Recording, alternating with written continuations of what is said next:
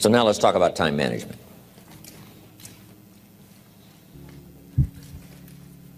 Time, key phrase. We all have a limited supply. My father had 93 years, but it seemed short. In his seemingly long life of 93 years, it was short because it just seems like if we only had more time. Old Testament gives us a view of some people who live to be 500, 600, 700, 800, 900 years old. If I have a chance to ask, I will ask, how come we got shortchanged?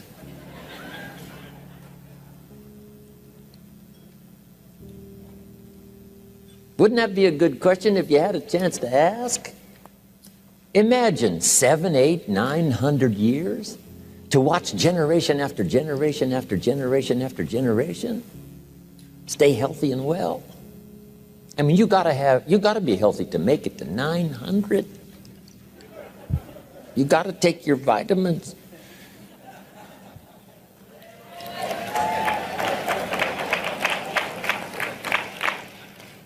I'm pushing the Bible, I'm pushing vitamins, I'm doing good today. So, the key is time is precious. Now let me give you Bill Bailey's description of time. Life is not just the passing of time. Life is not just the passing of time.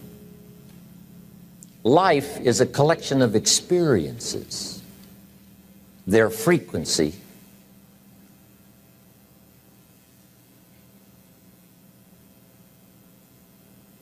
and their intensity. Life is not just watching the clock tick away. Life is a collection of experiences, their intensity, their frequency. When my friend Mark died at age 44, someone says, that's young to die. But what if he lived 4 lifetimes in one? It might not be too young. So here's whatever the span of your life turns out to be, here's what you want to fill it up with: experiences and the intensity of those experiences.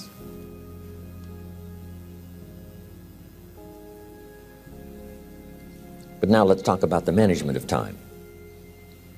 Here's one of the best ones. We covered earlier, when should you start building this hotel?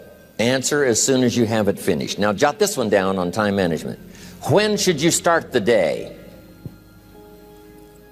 As soon as you have it finished. Plan the day the best you can, leaving plenty of room for improvising and surprises and all the stuff that happens during the course of the day. But if you've planned a good, productive day, now you start that day, you can't believe how much more valuable your time will be. Don't start the day until you have it finished. Now here's the next one. Don't start the week until you've had it finished. Now to lay out a week is a pretty good challenge. Next, don't start the month until you have it finished. The places to go and the people to see and the productivity and the sales and the customers and the development and all the rest of what you want to accomplish during the course of 30 days. Don't start the month till it's finished. And then here's the big one. This is really challenging. Don't start the year until you have it finished. To the best of your ability. It can't be finished like minute by minute. But in terms of the sweep of what you want to accomplish in the year 2002, make sure that that's set and ready to go by the time January 1st rolls around. And it might get all upset, and it might get torn up, and you do a new one. You make so much progress the first 90 days that now you've multiplied it all by 2, by 3. Because that happened to me. I thought, wow, this is going to be a great year. By the time I'd finished the 3rd month, I'm rolling, I'm soaring. So many things are happening, I revised my whole year's plan. Okay. Now, jot this down. Approaches to the management of time. Here's the first one. Ignore the subject. I mean, that's good advice. Don't let anything overly bug you. Because remember now, you don't have to do anything. Someone says, well, I got to get a handle on my time. The answer is no, you don't. If you want to let it all go, you can let it all go. I mean, this is good advice. Somebody says, you ought, you ought, you ought. Jot this down. Ignore all the you oughts or you should. Only if they're giving general information. We should. It's better to say if you're teaching, we should. Not you should, we should. Then you let me listen in without it being too confrontational. If everyone did this, see, that'd be great. And then you give a person a chance to choose to do it or not to do it. But when you start the you ought, now see if I don't, now see we got some tension and maybe some problems. So you oughts seem to always create problems. When you're talking to your kids, you say, no, if kids would do this, not always saying if you did this, life would be better, but if kids did this, life would be better. It's like making a little talk and letting them listen in. And then it's a little less confrontational. It gives us a choice. In one of my seminars, here's what I teach. All life form strives to the max of its potential except human beings. All life form strives to the max of its potential except human beings. How tall will a tree grow? As tall as it possibly can. You never heard of a tree growing half as high as it could. No, trees don't grow half. A tree drives its roots as deep as it can, reaches as high as it can, produces every leaf it can, every fruit it possibly can. To the max. Every life form strives to the max, except human beings. Now, why not human beings? Jot this down. You've been given the dignity of choice. You're not a robot. You don't have to repeat this year the same as last year. You can tear up last year's plan, develop a new plan.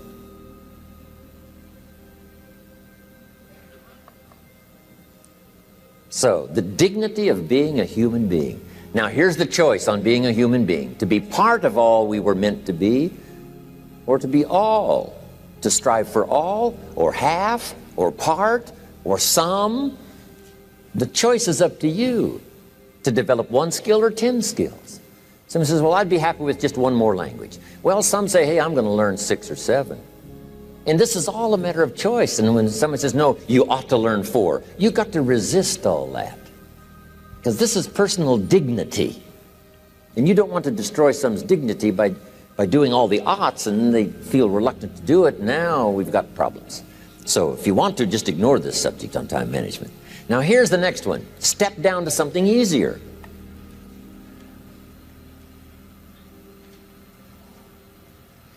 The guy's in sales and he says, oh, I want to own the company. Finally owns the company. Now he's got no time to play golf. He said, when I was in sales, I was making big money playing golf 3 days a week.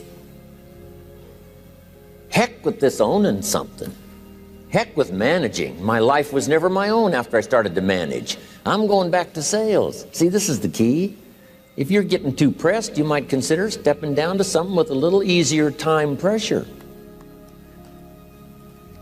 Little girl says to her mother, Daddy comes home, brings his briefcase and pats me on the head and says hello, disappears and works on his papers. How come my daddy doesn't play with me? And her mother said, look, your daddy loves you very much, but he's so busy at work, he can't get it all done, he has to bring it home. He loves you, but that's why he can't play with you. And the little girl said, why don't they just put him in a slower group? So, jot this down now. If you don't have time for your kids, you might consider joining a slower group. Remember when I said some things I went for cost me too much? So reconsider. Next key to time management, and that's work longer and harder. But see, there's a limit to that. I almost lost my health the first year. I went so crazy about personal development and achievement. I just went bonkers. You know, I told you I was skinny, but at the end of that first year, I was a walking shadow. And then it suddenly occurred to me, what if I got rich and too ill to spend it? I mean, that was a shocker. So I started, you know, developing a little more reasonable. Because I said, if 12 hours won't do it, I'll work 14. If that won't do it, I'll work 18. I mean, how many hours it takes. And sure enough, it cost me too much. So see, working longer and harder for some might be appropriate. You know, if you're just sitting around not doing that much, this might be good, work longer and harder. But you can only work so hard. Here's the key, not to work harder, but smarter. when you've worked as hard as you can, doing the best you can in terms of physical output in the time, reasonable time. Now here's the ultimate in the management of time, and that is you simply become more skillful. When I first got into sales, you know, I was around people that could get, 9 out of 10, 8 out of 10. And when I first started, I could only get 1 out of 10. But here's what I did. I worked around the clock, so that I would make up in numbers what I lacked in skill. That's good in sales. You got to jot that down. When you're new, you make up in numbers what you lack in skill. Now, when you become more skillful, the numbers can go down because now your persuasive ability and all of that is now so high that you don't need to put as many numbers out. But at first, if you want to compete or if you want to really get good, you've got to put in the numbers. But if you get more from yourself, develop more of yourself, now the time management becomes an easier task. Now here's the next thing. Either you run the project or it runs you. I've found out when you start something, at first you're in charge. All of a sudden, a year later, it's in charge. Some of the companies I started, I'm telling you, I'm in control. A couple of years later, I'm out of control. At first, I've got it on the run. 2 years later, it's got me on the run. Haven't got enough time. I'm dizzy with trying to get it all done. So here's part of the key, and that's to get in charge. Say, I'm going to take charge of my health. One of my albums is entitled, Take Charge of Your Life. Take charge of your time. Take charge of your resources, which we're going to talk about next. Take charge of your health. You're the one that's responsible for it. It's not a requirement of society that you not have a heart attack and take care of your family. That's not a requirement of society, but you must make it a requirement of yourself. Society doesn't require that you build a financial wall around your family nothing can get through. That's not a requirement of society. It's a requirement you impose on yourself to build a financial wall around your family nothing can get through. So impose on yourself this self-development of being in charge, taking charge of your life and your health and your future and your responsibilities and all the rest.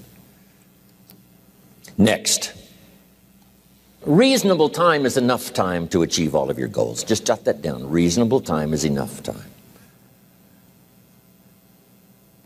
I had to learn that. Reasonable time is enough time. Here's why. It's not the hours you put in, it's what you put in the hours. If you start depositing greater ideas into the hours you've got later than now, I'm telling you later, you can't believe the productivity that will flow. The ideas you can't think of now, a year from now, they'll start to flow. And when you deposit those ideas in the hours you've got, productivity multiplies by 2, 3, 5, 10. Next, time management essential. We've already covered the first one, a written set of goals. And then do priorities on your goals. What's important this week? What's important this month? Here's the next one. Often review. Just go over your goals to make sure that your list is working for you. It's got you inspired. It's got you turned on.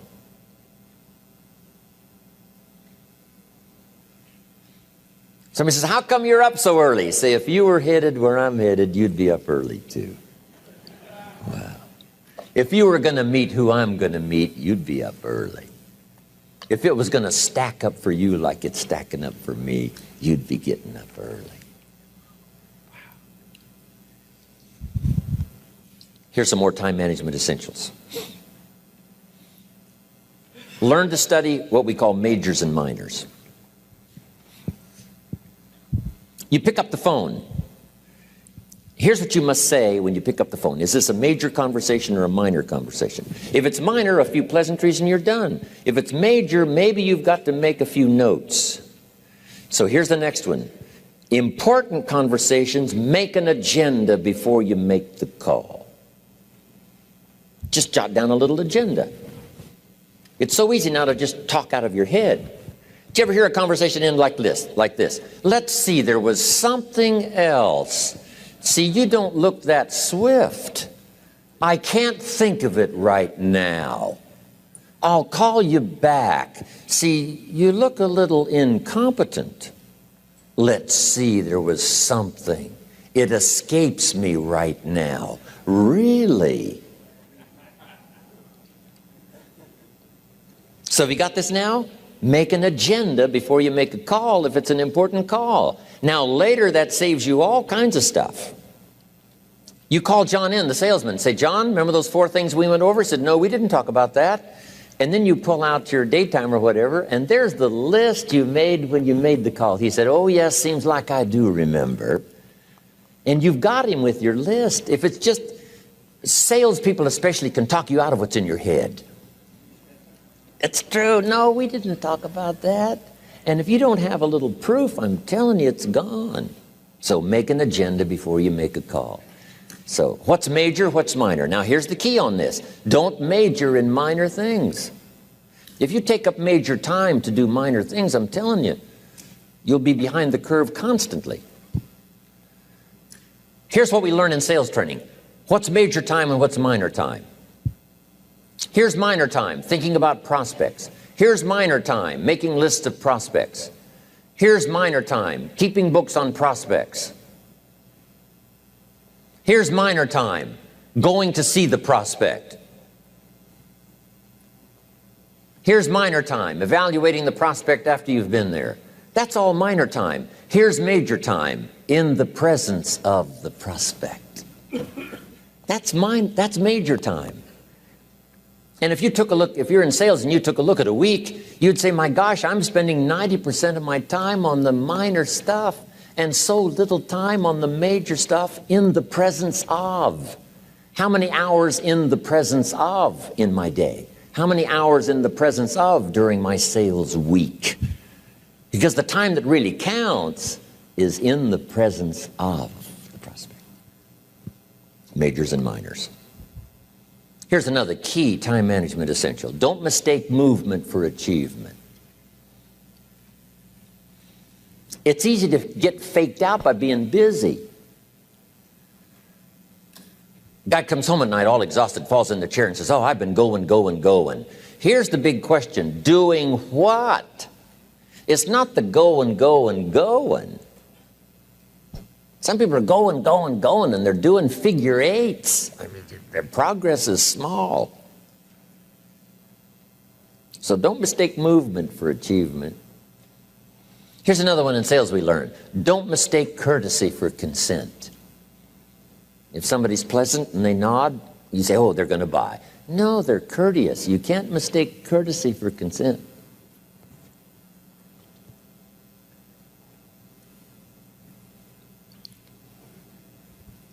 Now here's a big one, concentration. I had to learn this. All those years ago, I'm in the shower trying to compose a letter. Found it turns out to be a strange letter. So here's what I learned to do. Save the work till you get to the office. Save the work till you get to the work. Don't try to get to the office on the way to work. On the way to work, enjoy the way. In the shower, enjoy the shower. Then go to work when you get to work. I found this to be helpful. Concentration. Here's another big one. Learn to say no. I'm telling you, in such a social society we have now, it's so easy to try to be a nice person, saying yes, yes, yes to everything. Find yourself overloaded. Now you got to call and make the, well, gosh, you know, all the time it takes to back out of something that you said yes to too quickly. Here's what might be better. I don't think so, but if that changes, I'll call you. Little things you can use not to overcommit yourself. My friend Ron Reynolds says, don't let your mouth overload your back. It's a good one. Now here's a big one on time management. When you work, work. When you play, play. Don't mix the two.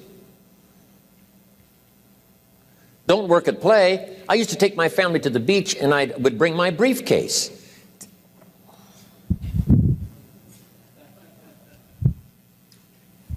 I learned not to do that. Or at the beach, I'm saying I should be at the office. I should be at the office. Now my family's upset because I'm at the beach and I'm thinking office, office, office. Now when I'm at the office, I'm thinking what? I got to get my family to the beach, the beach, the beach. So things are not going too well at the office because I'm thinking beach, and things are not going too well at the beach because I'm thinking office. Here's what I learned to do. At the beach, be at the beach. At the office, be at the office. When you work, work. When you play, play. Don't mix the two. Don't work at play. Now, here's one of the most important ones. Don't play at work. Work is too serious. You don't want the reputation of being the office joker. It's not a good one. Yes, there's time for some pleasant stories. Yes, there's time for a little humor. Yes, best if it's a happy office, of course. But I'm telling you, you got to be serious about work, because you're parting with a piece of your life for the work you do. Your work costs you a piece of your life. Here's what it's called: serious business. Not grim, not unhappy, but serious. Key. Don't play at work. The old expression, I don't think we use it anymore, horse around at the office. Play around, play jokes, play tricks. No place, not at the workplace. At the beach, yes. At the bar, yes. Somewhere else, not work. You got to treat work with all due conservative passion, because it's leading you to your future. Here's another key phrase: all work is good. You may not like your job, but if it's the stepping stones to get you to where you want to go, you got to appreciate your job. You don't have to have a passion for your job. Here's the ultimate passion: a passion for incredible success in every department of my life. That's the passion. But don't look down on some menial job you have to do to finally get you to where you want to go. No job is menial.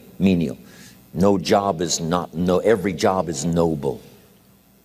Training life for pay, making a contribution to society.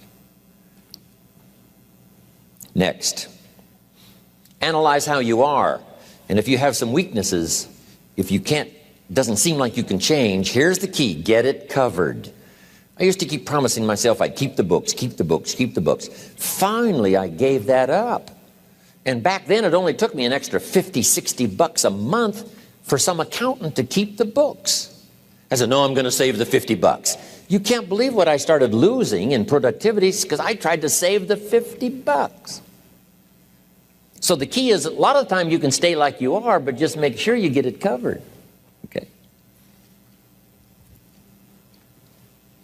Next, beware of the telephone and all other systems of communication, especially the telephone at home and systems of communication at home.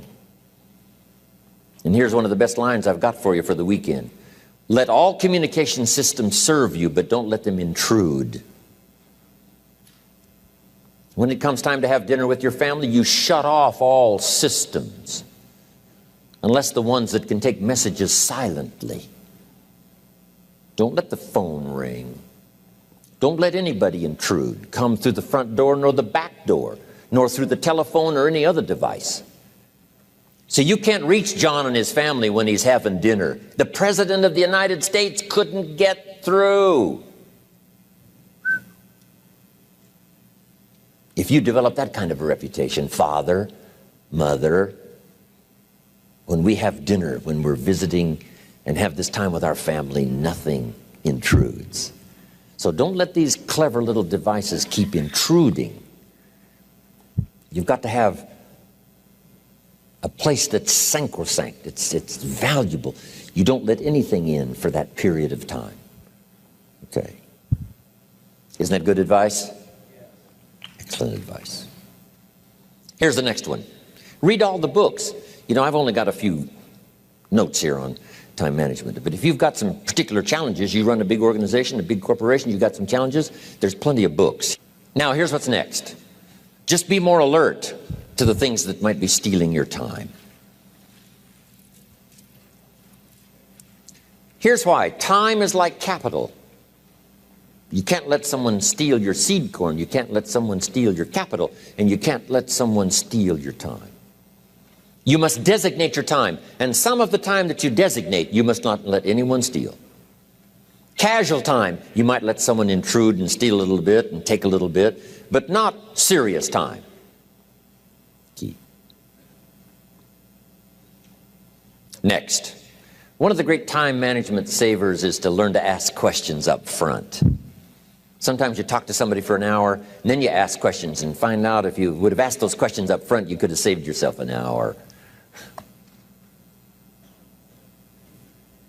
Asking questions up front helps you to get to the problem now. But if you just launch into some discourse, you might waste 30 minutes, waste an hour, when here's what you should have been talking about. After you finished an hour, you say, John, what's really the problem? He said, well, it's something personal. See, that's what you should have been talking about this whole hour. Key. Next, learn to think on paper. Now we're going to take a break. Some ways to think on paper. One, we've covered one. Solving problems. Take it out of your head and put it on paper. Another one is setting goals. Making these lists we've already started. Here's another good way to think on paper. It's a projects book. Each person you're working with and each project you're working on, get a loose leaf binder and a tab and some pieces of paper behind the tab and do a little continual summary of how it's going between you and that person and between you and that project. I call it a projects book. It is so useful to me. But what's going on between you and this person? When you last got together, what did you talk about? And you got a few notes there. Here's what we talked about the last time we got together. Now when you get together again, you can review that so you'll know better what to talk about. When the president gets ready to travel and he's going to meet some important people, guess what they bring him? All these briefing books. Right? The last time you were with Khrushchev, Kennedy is informed. Here's what he said and here's what you said. Kennedy said, oh, that's valuable. I need to remember that. If a person is important, it's worth a little running account. You might even have a projects book for your children. Here's what's happening between me and my child. We've talked about this, and we've talked about this, and we've talked about this. Next, a day timer. Keeping track of all of your appointments. You know, mine is all filled with, when to catch an airplane and when to do a seminar and when to sit down and have a conference, all the rest. Next is a game plan. If you've got a house and the, insurance is going to come due and some other things are going to come due, you just put it on a spreadsheet and make sure it's taken care of. Key phrase, take things out of your head and put them on paper. And the key is to just experiment with different ways that helps you to do that. Now here's the last one, thinking on paper, and that's to keep a journal. One of the things I'm known for around the world, have been now for 39, 40 years, is keeping a journal. Now my journal is not it's not necessarily it's not like a diary. It might be part diary. I'm flying over Ireland and I write down a few little things that impress me. Today I met this person. Wow, what an extraordinary event. Today I conducted this seminar in Rome. 1,000 people stood up and sang for me. I've got a little bit of a diary in there. But here's what primarily your journal is for. Collecting good ideas. A journal is to collect good ideas on your health, good ideas for your business, good ideas for your future, good ideas for time management. Because I used to take notes on pieces of paper and torn off corners and backs of old envelopes and restaurant placemats. And I threw all this stuff in a drawer. It did not serve me well. I finally learned to get a bound copy, right? And just keep a journal, right? If I was here, I had my journal, I'd be taking notes, right? These 2 days in my journal. Now, if you're caught without your journal, you just take the notes. When you get back home, you put those notes in your journal, throw the paper away. Because we don't usually go through paper to review. But see, my journals now make up a significant part of my own library. My journal's all reserved privately for my children and my grandchildren. Can you imagine what I've collected over the years? It's unbelievable. There are 3 treasures to leave behind. I think you've already got those notes, right? Here they are. Number 1, your pictures. Don't leave the event unrecorded. It takes only a fraction of a second to say, here's who I was with. When I travel the world, right? We take all these pictures, and here's one of the gifts People send me the pictures they took of me and them. It's part of the treasures I have on the farm. Incredible. A picture's worth 1,000 words to describe the scene, the emotion, what happened. Say, wow, this was an extraordinary day for me when I met these people. Here's what they told me happened to them when they went to my seminar 10 years ago. Wow, the drama comes back if you've taken the pictures. It's one of the treasures to leave behind when you go. Remember the old photographs that we have now of, 100 years ago, 70, 80 years ago, just a few photographs? What would it be like if you had thousands of photographs of the past, of your history, your mother, your father, right? Grandparents? So change all of that now for your children. Leave all your photographs as a record. Here's what's next to leave behind, and that's your library. The books that changed your life, the books that changed your health, the books that rescued you from oblivion, the books that you passed on to other people, they were so exciting for you, the books that made you financially independent, the books that developed your leadership, the books that gave you wisdom to ponder when things were tough, the books that got you through the winter, the books that helped you to plant in the spring and harvest in the fall. What a treasure to leave behind. If you do that, here's what's for sure. Your books will be more valuable than your furniture. Wow. Now, the third treasure to leave behind is your journals. The notes you took that helped you to live life as you lived it. Long after you're gone, a treasure that children, grandchildren, great-grandchildren will find so fascinating. They may use it to help guide their own life into their own future. Wow. Okay, we've run out of time for time management.